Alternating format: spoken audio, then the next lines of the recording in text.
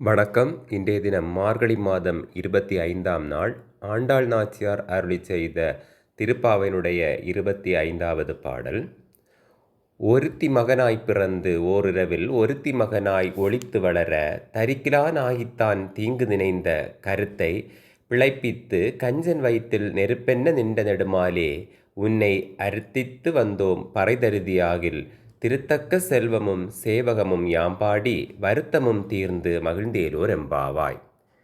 இப்பாடலுடைய பொருள்: தேவகிக்கு மகனாக பிறந்து அதே இரவில் யசோதையின் மகனாக ஒளித்து வளரப்பட்டாய் கண்ணா.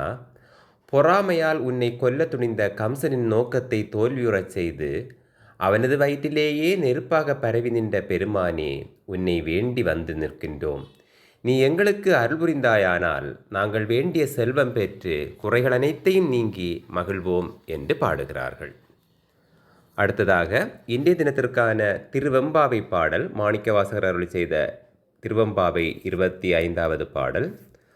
பூதங்கள் தோறும் நின்றாயனின் அல்லால் போக்கிலன் வரவிலன் என நினைப்புலவோர் கீதங்கள் பாடுதல் ஆடுதல் அல்லால் கேட்டறியோம் உனை கண்டறிவாரை சீதங்கொள் வயல் திருப்பெருந்துறை மன்னா சிந்தனைக்கும் அறியா எங்கள் முன் வந்து ஏதங்கள் அறுத்து எமை ஆண்டருள் புரியும் எம்பெருமான் பள்ளி எழுந்தருளாயே.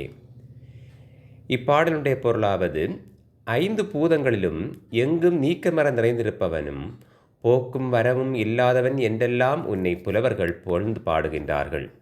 பக்தி மேலிட்டால் சிலர் பாடுகின்றனர், சிலரோ ஆடுகின்றனர். ஆனால் உன்னை நேரே பார்த்து அறிந்தவர்கள் யாரையும் நாங்கள் கேள்விப்படவில்லை.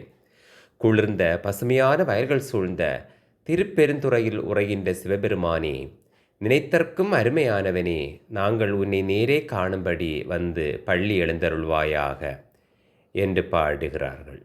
இத்துடன் இன்றைய தினத்திற்கான திருப்பாவை திருவெம்பாவை நிறைவடைந்தது. நாளை தினம் மற்றொரு பாடலுடன் சந்திப்போம். நன்றி, வணக்கம்.